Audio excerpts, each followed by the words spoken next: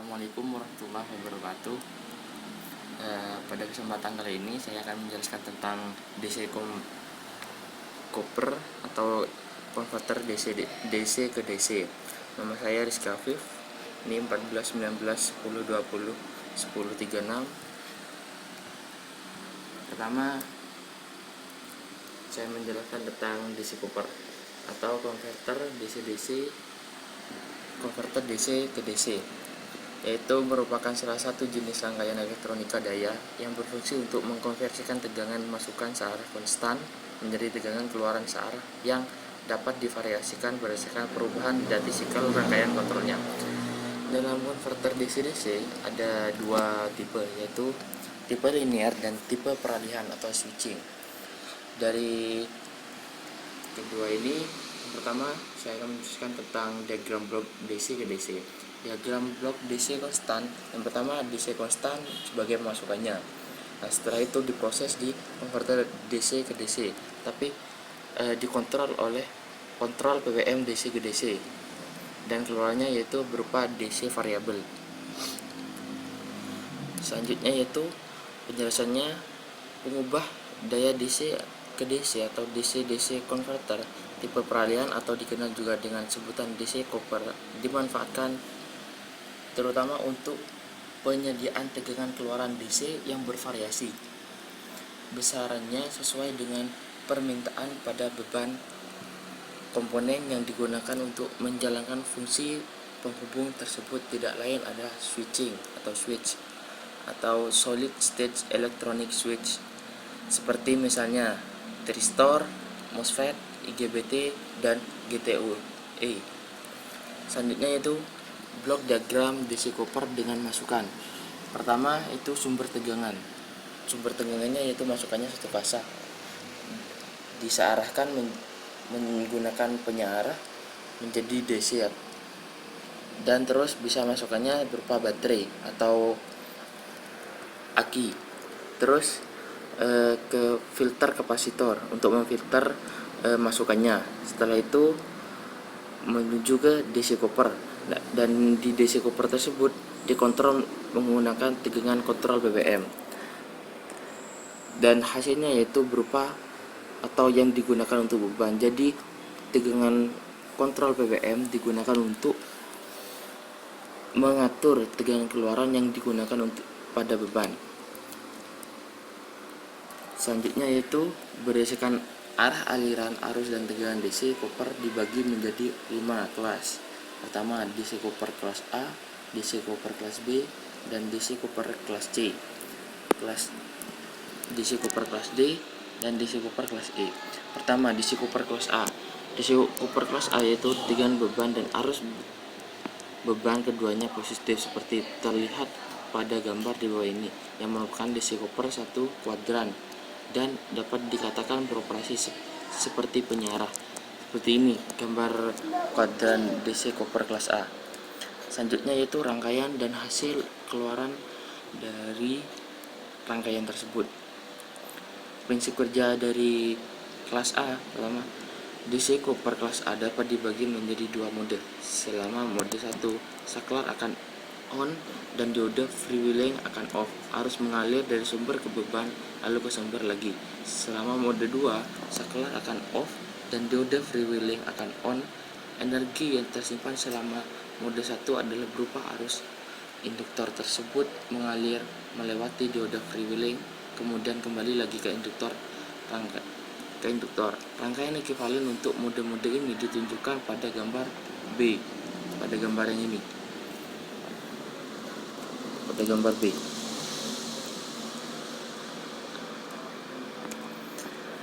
Sedangkan bentuk gelombang arus beban dan tegangan keluaran ditunjukkan pada gambar C.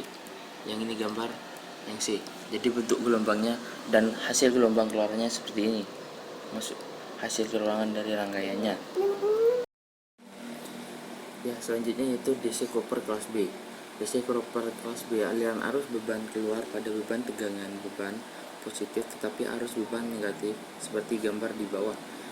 Kelas ini juga merupakan DC copper satu kuadran tetapi operasinya pada kuadran 2 atau operasi seperti filter. Jadi bebannya di bagian negatif.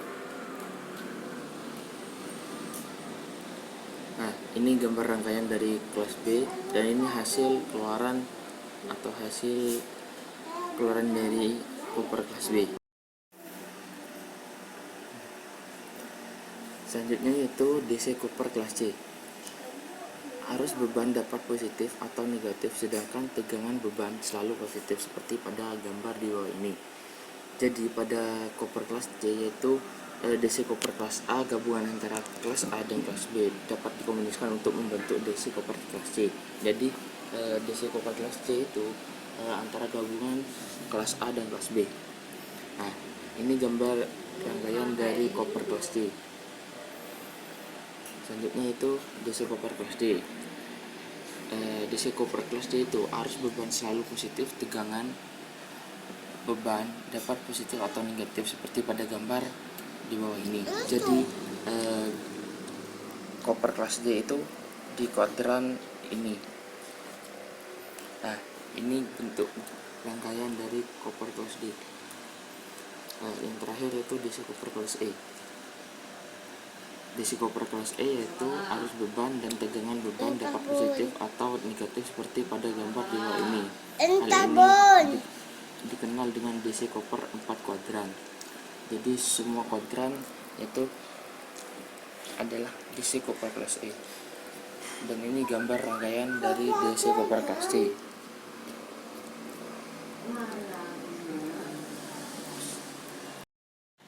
Selanjutnya itu sama dengan pembahasan sebelumnya, yaitu DC to DC converter, tapi ini membahas tentang switch mode. Kan tadi ada dua tipe peralihan dan tipe linear. Sekarang menjelaskan tentang tipe peralihan atau switch mode.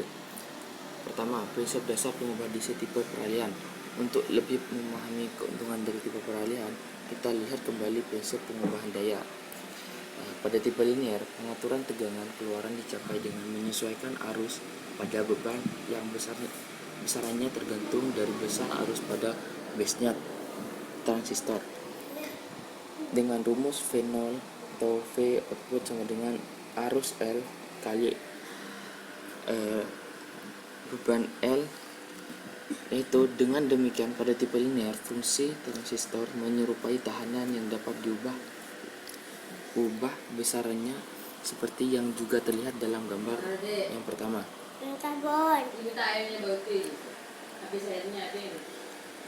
Lebih jauh lagi, transistor yang digunakan hanya dapat dioperasikan pada batasan linearnya atau linear region dan tidak melebihi batasan cut off dan selebihnya atau saturasi region. Maka dari itu tipe ini dikenal dengan tipe linear.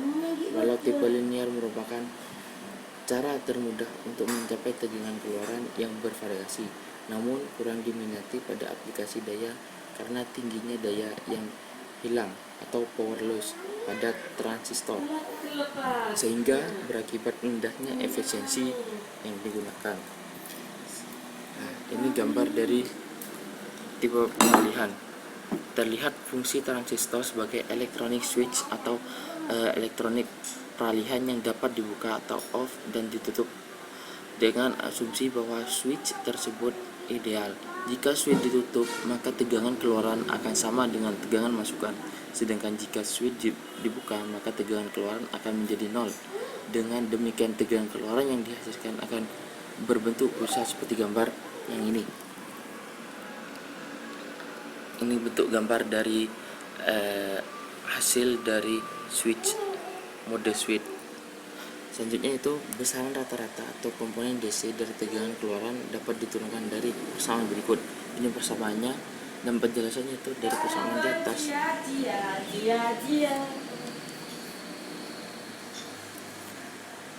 Dari persamaan di atas terlihat bahwa tegangan keluaran DC dapat diatur besarannya dengan menyesuaikan parameter D. Parameter D dikenal sebagai dirty ratio atau rasio antara lamanya waktu switch ditutup. Selanjutnya itu pengubah buck atau meningkatkan tegangan. Gambar tersebut menunjukkan rangkaian dasar dalam bentuk metode buck.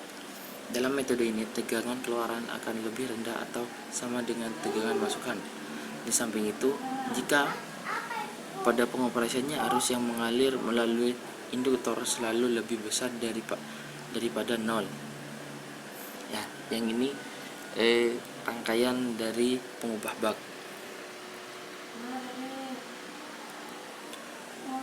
Keuntungan dari konfigurasi bak antara lain adalah efisiensi yang tinggi, rangkaiannya sederhana, tidak memerlukan transformer, tingkatan stres pada komponen switch yang rendah, ripple pada tegangan keluaran juga rendah, sehingga penyaringan atau filter yang dibutuhkan pun relatif kecil.